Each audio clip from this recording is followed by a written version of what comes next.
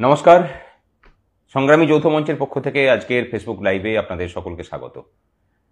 তবে শুরুর প্রথমেই একটা রিকোয়েস্ট সকলের কাছে, শেষ পর্যন্ত শুনতে হবে, আর কথার সাথে আমাদের বক্তব্যের সাথে যদি সহমত হন তাহলে অবশ্যই ফেসবুক হোয়াটসঅ্যাপে শেয়ার করে সকলের কাছে পৌঁছে দিতে হবে। ডিএ কেস অনেক দিন ধরে চলছিল। এক ঐতিহাসিক লড়াই লড়ছিলেন 3 মামলাকারী সংগঠন। আমরা তাদের হাতকে শক্ত করতেই এই মামলায় যোগদান করেছি। কোনো কৃতিত্বের ভাগ নিতে নয়, এটা প্রথমেই বলে রেখে দিই।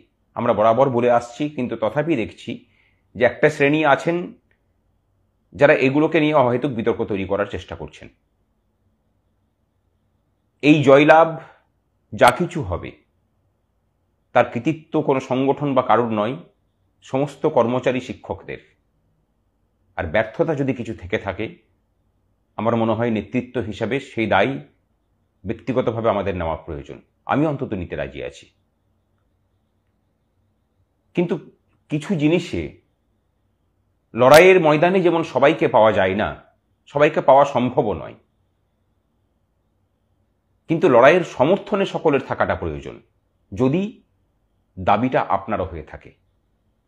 কিন্তু পশ্চিমবঙ্গের আপামর মানুষ সহ এই রাজ্যের কর্মচারী শিক্ষকদের মধ্যে ঋণাত্মক মানসিকতা, মানে নেগেটিভ অ্যাটিটিউড এবং থিঙ্কিং এত বেশি পরিমাণে গ্রাস করেছে যে যে কাজই করা হোক না কেন তারা আগে থেকেই ভেবে নেন যে কিছু হবে না, কিছু হওয়ার নেই। ধরুন আমরা যখন আন্দোলনে বসলাম, তার আগে 3 বছর ডিএ শূন্য ছিল, অনশনে বসা হলো, মুখ্যমন্ত্রী এক কিস্তি দিয়ে দিলেন। তার আগে পর্যন্ত সমস্ত স্তরের কর্মচারীদেরকে বলতে শুনেছি, না কিছু হবে না, দেবে না, ও এই যতদিন থাকবে দেবে না। তাহলে ও যতদিন থাকবে যদি না দেয়, তাহলে ওকে সরানোর জন্য তাহলে ব্যবস্থা করতে হবে। না, সেক্ষেত্রেও কোনো ব্যবস্থা আমরা নেব না। এরপরে আমরা ধারাবাহিকভাবে এখন ডিএ পেয়ে যাচ্ছি। অনেকে বলছেন যে সেখানে সংগ্রামী যৌথ মঞ্চে কোনো কৃতিত্ব নেই, সরকার তো এমনিতেই দিত। ঠিক আছে, আমরা মেনে নিলাম যে এমনিতে দিত, ওসব নিয়ে বিতর্কে যাচ্ছি না। আমরা কাজ করা পছন্দ করি, লক্ষ্য স্থির করি। আমাদের লক্ষ্য হচ্ছে আমাদের যে প্রাপ্য মহার্ঘ ভাতা সেটাকে অর্জন করা। আমাদের লক্ষ্য শূন্য পদে স্থায়ীভাবে স্বচ্ছ নিয়োগ। আমাদের লক্ষ্য অস্থায়ী কর্মচারীদের স্থায়ীকরণের বিষয় এবং তাদের জন্য উপযুক্ত বেতন কাঠামো প্রণয়ন। আমরা কোনো কৃতিত্বের ভাগ নিতে আসিনি বন্ধু, আমরা লক্ষ্যে অবিচল, আমরা কাজ করতে এসেছি। ডিএ মামলার অন্তর্বর্তীকালীন রায় হলো। সেই রায়ে মাননীয় সুপ্রিম কোর্টের বিচারপতিদ্বয় জানালেন, প্রথমে বলেন 50%, সেখান থেকে রাজ্যের উকিলের আইনজীবীদের কাকুতি মিনতি করার পরে সেটা 25% এসে দাঁড়ালো। কিন্তু তার আগে থেকেই আমাদের কর্মচারীদেরই মধ্যে একটা অংশকে দিয়ে এই কথাটা সরকার ন্যারেটিভ তৈরি করার চেষ্টা করলো যে এই রায় সকলের জন্য কার্যকর হবে না। অর্থাৎ আগে থেকেই কর্মচারীদেরকে প্রস্তুত করে রেখে দাও যে এই রায় তো একটা নির্দিষ্ট শ্রেণীর কর্মচারীদের জন্য, বাকিদের জন্য নয়। কর্মচারীরাও হাসতে হাসতে সেই ব্যাপারটাকে মেনে নিলেন। এটা বুঝলেন না যে এই রাজ্যের মুখ্যমন্ত্রী যিনি আছেন তিনি হচ্ছেন ন্যারেটিভ তৈরিতে এই দেশের মধ্যে সর্বশ্রেষ্ঠ। তাহলে তার ন্যারেটিভটাকে যদি কাউন্টার করতে না পারেন তাহলে দাবি আদায় হবে কিভাবে? দুঃখের বিষয় যে এই ন্যারেটিভ তৈরি করাতে কর্মচারীদের বিভিন্ন সংগঠনও কিন্তু সংযুক্ত আছে। এখন হুইসপার ক্যাম্পেইন চলছে যে শুধু সরকারি কর্মচারীদেরকে দেওয়া হবে, তাও যারা চাকরি করছেন তাদেরকে, পেনশনারদেরকে দেওয়া হবে না। একটা কথা বলে রেখে দিই, শুনে নিন। ডিএ যারা পেয়েছেন 2009 রোপার বকেয়া তাদের সকলের জন্য আছে। সকল পেনশনার, সকল স্তরের কর্মচারী, তাদের সকলকে কড়াই গণ্ডায় পাওনা গণ্ডা মিটিয়ে দিতে হবে সরকারকে। যদি না দেয়, বাকিটা সংগ্রামী যৌথ মঞ্চ দায়িত্ব নিয়ে বুঝে নেবে। সেটা রাস্তা আন্দোলন হোক, সেটা আদালত হোক। আপনারা নিশ্চিন্ত থাকুন। কিন্তু আপনাদের কাছে জোরহাত করে একটা রিকোয়েস্ট করছি যে মনের মধ্যে নেগেটিভ ভাবনাটা আসতে দেবেন না। এটা আমাদের অধিকার। আপনারা যারা ভাবছেন যে ও দেবে না, অধিকারটাকে এত সহজে ছেড়ে দেবেন? এই অধিকারটাকে এত সহজে ছেড়ে দেওয়ার অভ্যাসটা কর্মচারীদেরকে পরিত্যাগ করতে হবে। আগে অভ্যাস বদলান, আগে পজিটিভ ভাবুন। আপনি লড়াই ময়দানে আসতে পারছেন না, আপনি আর্থিক সাহায্য দিতে পারছেন না, তারপরেও আপনি নেগেটিভ ভাবছেন কেন? যারা লড়াইটা করছে পজিটিভিটি নিয়ে, পজিটিভ অ্যাটিটিউড নিয়ে, পজিটিভ ভাবনা নিয়ে, অন্তত তাদের পাশে থাকুন।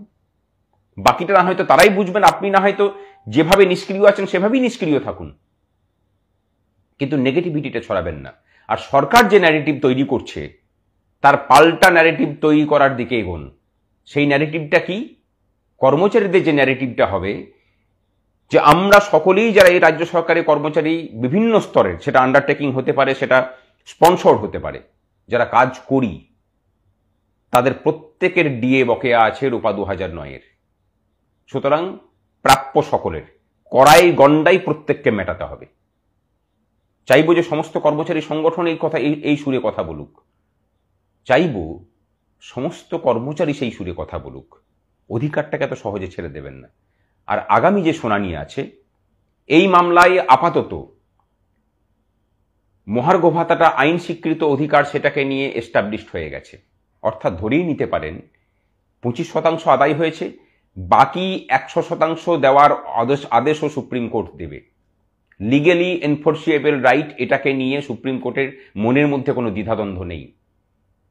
এরপর মামলার পরবর্তী ধাপে যে বিষয়টা নিয়ে আলোচনা হবে যে এটা আমাদের মৌলিক অধিকার কিনা, is it or fundamental right or not, এটাকে নিয়ে বিবেচনা হবে। অনেকে জিজ্ঞাসা করছেন যে এর প্রভাব রূপা 2019-এ পড়বে কিনা। আমরা প্রত্যেককে বলছি যে পরবর্তী শুনানির উপর সেটা নির্ভর করছে। আমরা যদি এটাকে লিগ্যালি আমাদের ফান্ডামেন্টাল রাইট হিসাবে এস্টাবলিশড করতে পারি সুপ্রিম কোর্টে, তাহলে রূপা 2019-এর উপরেও এই রায় কার্যকরী হবে, তাতে ডিএর কথা লেখা থাক বা না থাক। সেই কারণেই মাননীয় বিচারপতি বলেছেন যে এই মামলার কিন্তু প্রভাব গোটা দেশের কর্মচারীদের উপর পড়বে। আপনারা সকলেই পজিটিভ থাকুন আর সকলেই পাশে থাকুন। এটা একটা জয় শুরু হয়েছে, বাকিটাও হবে। সরকার চাপে আছে, নেগেটিভিটি ছড়িয়ে সরকারের হাতকে শক্ত করবেন না, সরকারের ন্যারেটিভটাকে আরো বেশি করে শক্তপোক্ত করবেন না। নিজেদের ন্যারেটিভ তৈরি করুন, যার কাছে সরকারকে যেন পরাজিত হতে হয়। আর সরকারের ন্যারেটিভ যারা ছড়াচ্ছে তাদের চিহ্নিত করুন। জেনে রাখবেন যে এরা প্রকাশ্যে বা অপ্রকাশ্যে সরকারেরই লোক। ভালো থাকবেন। আজকের মতো এটুকুই। দেখা হচ্ছে পরবর্তী কোনো ফেসবুক লাইভে।